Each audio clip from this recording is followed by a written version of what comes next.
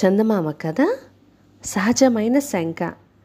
జమీందారు గోవిందరాయుడు గారి దివాణంలో వరదయ్య చిన్న ఉద్యోగి. అతడు డబ్బు విషయంలో ఎలాంటి చిక్కులు ఉన్నట్లుగా కనపడేవాడు కాదు. పైగా తన తోటి ఉద్యోగులకు అవసరమైనప్పుడల్లా 10 పరక అప్పుగా ఇచ్చి ఆదుకునేవాడు.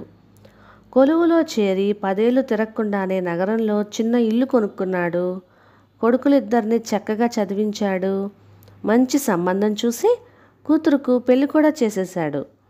వరదయ్య ఈ పనులన్నీ ఎలా చేయగలుగుతున్నాడా అని అతడి సహ ఉద్యోగులు ఎంత ఆలోచించినా అంతుపట్టేది కాదు. వాళ్ళంతా డబ్బు పరంగా ఇబ్బందుల్ని ఎదుర్కొంటున్న వాళ్ళు. క్రమంగా వాళ్లకు వరదయ్య మీద అనుమానాలు, శంకలు కలగసాగాయి.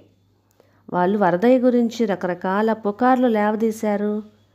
దివాణానికి పని మీద వచ్చే వాళ్ళ నుంచి లంచాలు పుచ్చుకుంటున్నాడనేది వాటిల్లో ఒకటి.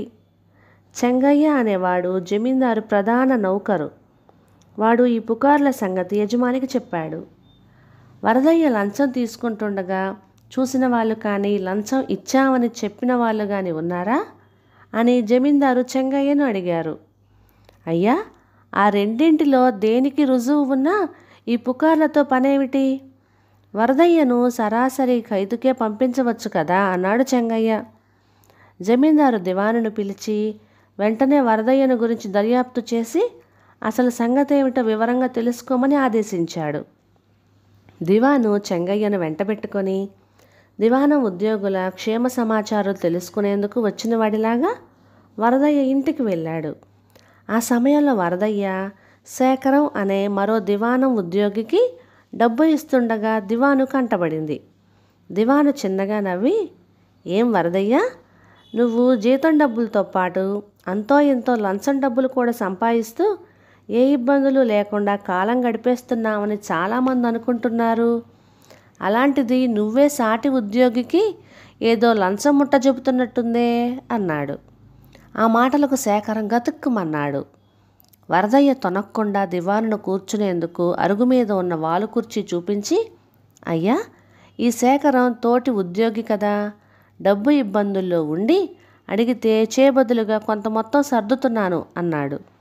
దివాను ఆశ్చర్యంగా శేఖరం కేసి చూస్తూ, దివానంలో మీ ఇద్దరి ఉద్యోగాలు జీతాలు కూడా ఒకటే కదా, అలాంటప్పుడు వరదయ్యకు లేని డబ్బు ఇబ్బందులు నీకెలా కలిగినాయి అని వరదయ్యను, నువ్వు ఎలాంటి ఒడిదొడుకులు లేకుండా బతకటంలో ఉన్న కిటుకేమిటి అని వరదయ్యను అడిగాడు. ఇందులో పెద్ద కిటుకేం లేదు. శేఖరం నేనేదో నీతులు బోధిస్తున్నానని అనుకుంటాడేమో కానీ నెలాఖరున నేను జీతం తీసుకోగానే అందులో కొంత ఇంటి ఖర్చులకని కేటాయిస్తాను. ఇంట్లో ఎవరికైనా హఠాత్తుగా జబ్బు చేయటం లాంటిది జరగకపోతే ఆ కేటాయించిన దానిపైన అదనంగా 1 పైసా కూడా ఖర్చు కాదు.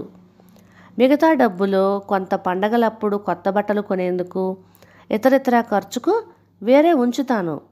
ఈ విధంగా జీతంలో 80% పోగా ఆ మిగిలిన 20% భవిష్యత్తులో ఉద్యోగ విరమణ జరిగాక ఎవరి మీద ఆధారపడకుండా బ్రతికేందుకు మిగుల్చుతుంటాను. అందులో నుంచే ఎవరైనా చేబదులు అడిగితే ఇస్తుంటాను అన్నాడు వరదయ్య. బావుంది. జీవితాన్ని ఒక క్రమశిక్షణలో నడపటం అంటే ఇదే. నిన్ను చూసైన శేఖరం లాంటి వాళ్ళు ఎందుకు నేర్చుకోరు?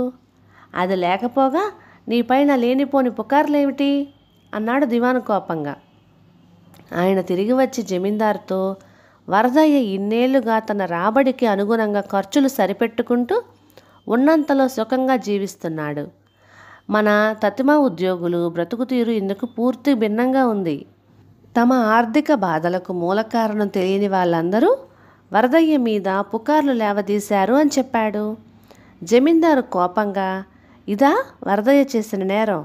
మీరు వెంటనే వరదయ్య మీద అభాండాలు వేసిన వాళ్లను తగిన విధంగా శిక్షించండి అన్నాడు.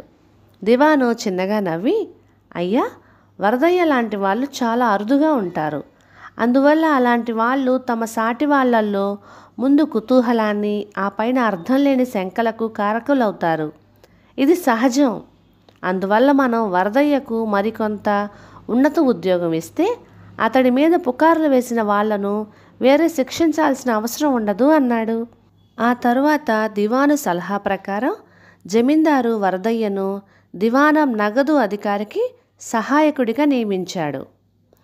వరదయ్య దీనిని ఎలా సాధించాడు? ఆర్థిక క్రమశిక్షణతో.